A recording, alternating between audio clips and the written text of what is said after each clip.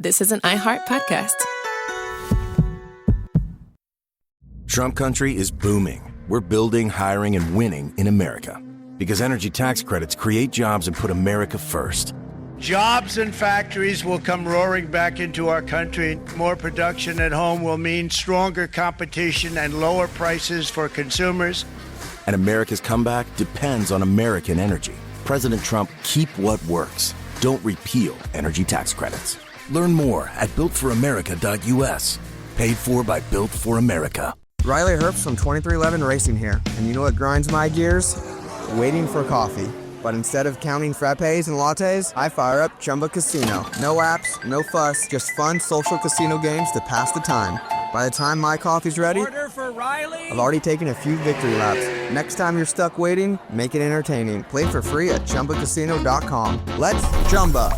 Sponsored by Chumba Casino. No purchase necessary. VGW Group. Void where prohibited by law. 21 plus. Terms and conditions apply. The Medal of Honor is the highest military decoration in the United States. Recipients have done the improbable, the unexpected, showing immense bravery and sacrifice in the name of something much bigger than themselves.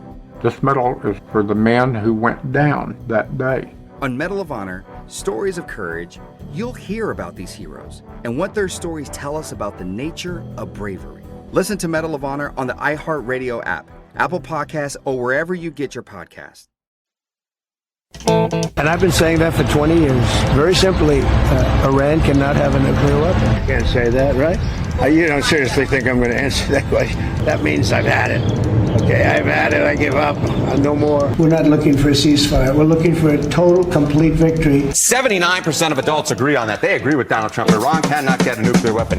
You're listening to the 47 Morning Update with Ben Ferguson. Good Thursday morning. So nice to have you with us on the 47 Morning Update. And we have a lot to talk about this morning, including the latest rhetoric from the President of the United States of America about a real possibility that the U.S. may get involved in airstrikes on Iran nuclear facilities.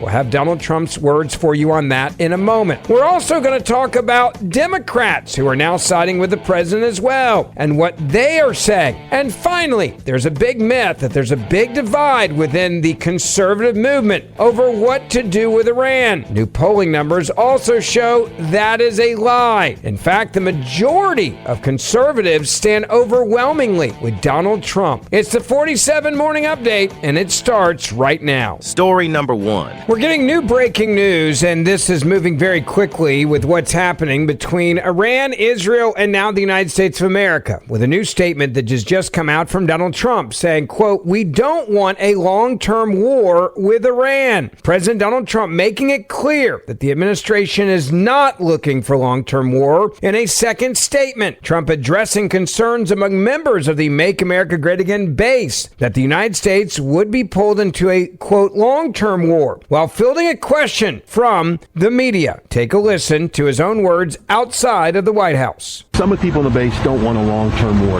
They're afraid that we're going to get into a long-term war. We're not looking for a long-term war. We're looking, I only want one thing.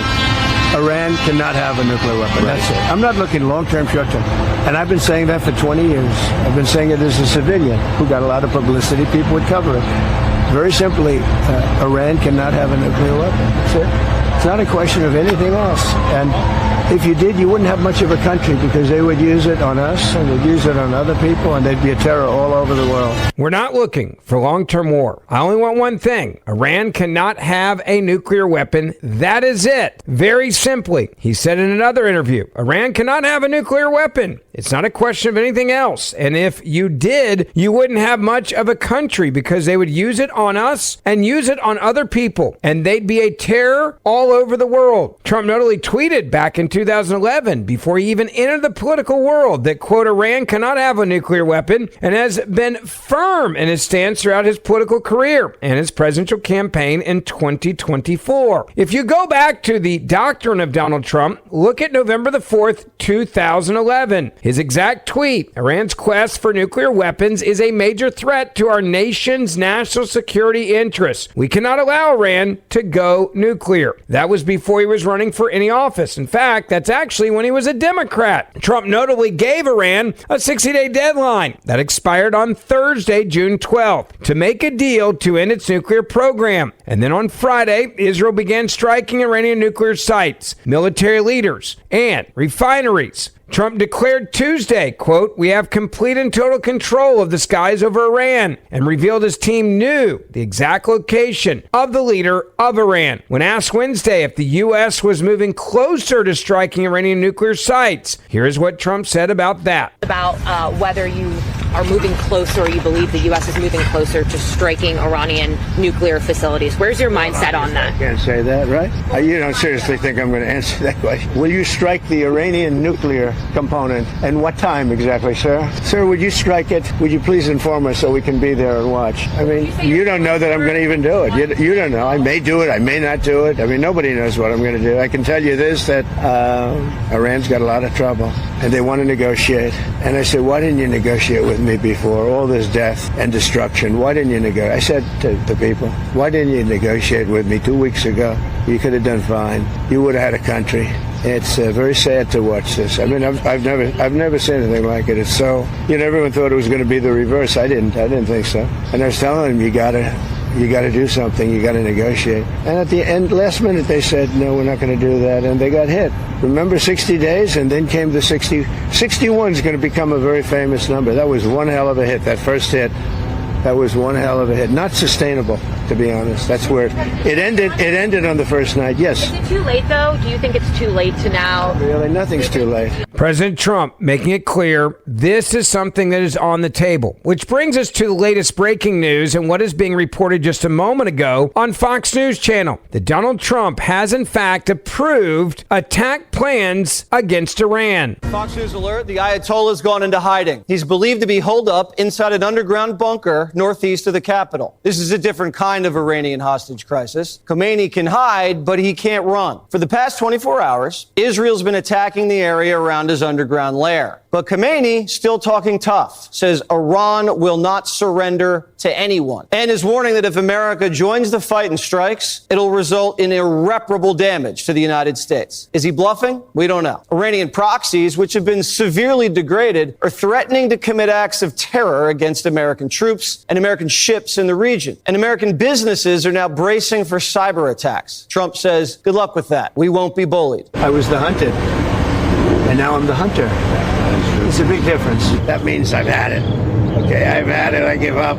No more. Then we go blow up all the, all the nuclear stuff that's all over the place there. No, they had bad intentions. For 40 years they've been saying death to America, death to Israel, death to anybody else that they didn't like. They were bullies. They were schoolyard bullies. And now they're not bullies anymore. Trump's been meeting in the Situation Room with his national security team. Head of Central Command, Army General Eric Kurilla, they call him the Gorilla, has been instrumental in the war planning. The Pentagon's sending in their new state-of-the-art supercarrier, the USS Gerald Ford, and amassing a tremendous amount of assets in the area. Today, Trump had lunch with Pakistan's army chief. Pakistan borders Iran. Seems like something's about to happen. And this is just breaking. The Wall Street Journal is reporting Trump privately approved attack plans against Iran. Now, we don't know what these plans entail, but we're told they include U.S. airstrikes, unsure if that includes bunker busters. Remember, the latest version of the bunker buster has never been used on the battlefield. It's only been tested. Axios reports that Trump has been quizzing his generals. Are they sure if he uses them, they'll be 100% effective? The generals say yes, but Trump's not completely convinced. Caroline Leavitt says all options remain on the table. Trump's been waiting on giving the final order, seeing if the Iranians give up and surrender their nuke program peacefully. Sources in D.C. say Trump's out of patience and Iran's up against the clock. I believe that unless Iran surrenders in the next 48 hours, the United States, in conjunction with Israel, will engage in military action. Trump says the Iranians want to fly all the way to the White House to negotiate an end to this. But he says it's too late. He doesn't appear to be open to long, drawn-out negotiations where he gets strung along like last time. We're not looking for a ceasefire. We're looking for a total, complete victory. Again, you know what the victory is.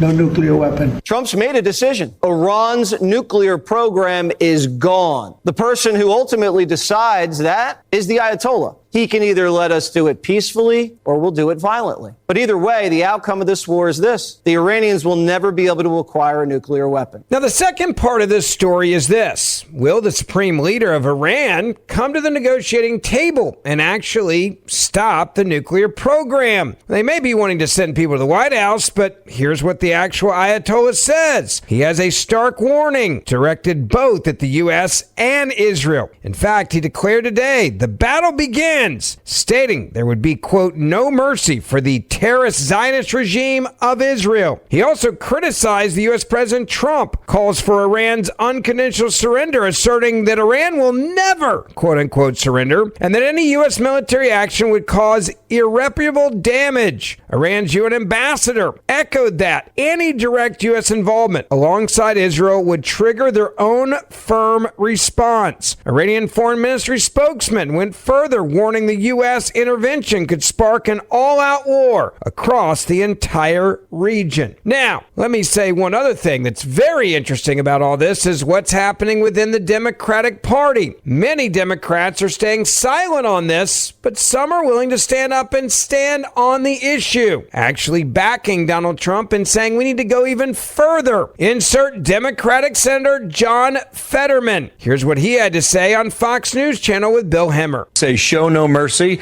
and if you have to take the supreme leader out, do it. Explain your position now, sir. Yeah, 100%. Yeah, I think they should have targeted him. Absolutely taken him out. I think the way Israel operates, they just take out the leadership just like they did with Hezbollah. And they've already done that with the Iranian leadership. Just took them out even laying in their beds. And they didn't take down the whole building. They actually targeted where they lay in bed. And now they eliminated the military ones and the nuclear ones. That's magnificent. And the precision which they've done that. And I don't know why they would have left the leader out.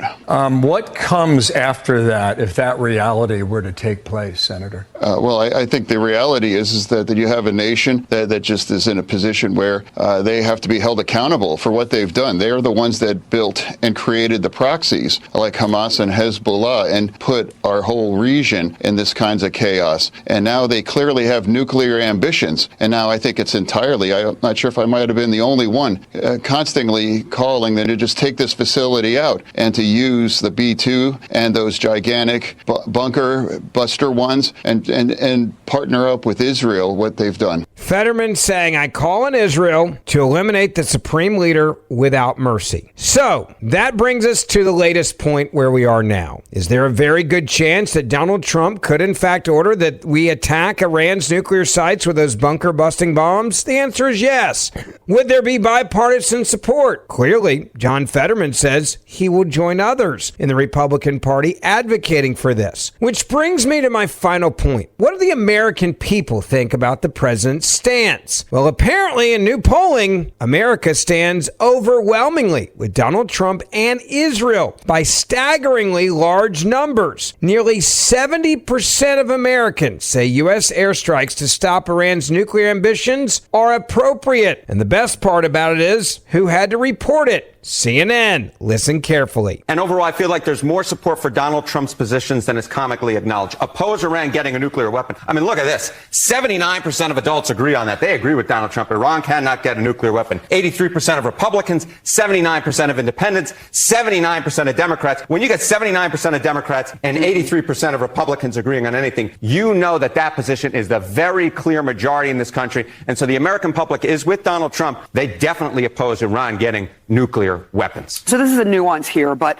Trump and Netanyahu both arguing that Iran is close to being capable of making a nuclear weapon. If that is the case, what is the feeling of Americans as to whether the United States should get involved in this conflict? Right. If you buy Donald Trump's theory of the case, and I think that's important to note, this is polling from April. If Iran's trying to make a nuclear weapon, look at this. Overall, you get the slight plurality. I mean, it's within the margin of error, but the slight plurality of Americans actually favor U.S. airstrikes compared to 47% opposed. opposing it. Now, here's the other nugget I'll note, right? There's been a lot of talk online and on social media and in podcasts of a divide within the Republican ranks. But here on this question, if Iran's trying to make a nuclear weapon, look at that. 69% of Republicans, the clear vast majority of Republicans, favor U.S. airstrikes on Iran, on their nuclear facilities. No doubt, President Trump has the support of the American people in overwhelming and staggering numbers. And for anyone out there that's trying to tell you there's some massive divide within MAGA country, they're just wrong. Basically, 70% of the GOP favor U.S. airstrikes. This is a major number on such a, quote, controversial issue. So there may actually be just propagandists out there, just like Tucker Carlson, who are trying to act like there's some big divide, when clearly the Republican Party is standing with Donald Trump. Thank you for listening to the 47 Morning Update with Ben Ferguson.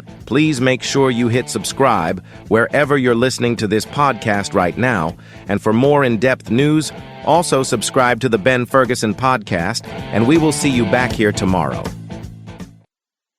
The Medal of Honor is the highest military decoration in the United States. Recipients have done the improbable, the unexpected, showing immense bravery and sacrifice in the name of something much bigger than themselves. This medal is for the man who went down that day. On Medal of Honor, Stories of Courage, you'll hear about these heroes and what their stories tell us about the nature of bravery. Listen to Medal of Honor on the iHeartRadio app, Apple Podcasts, or wherever you get your podcasts. This is an iHeart podcast.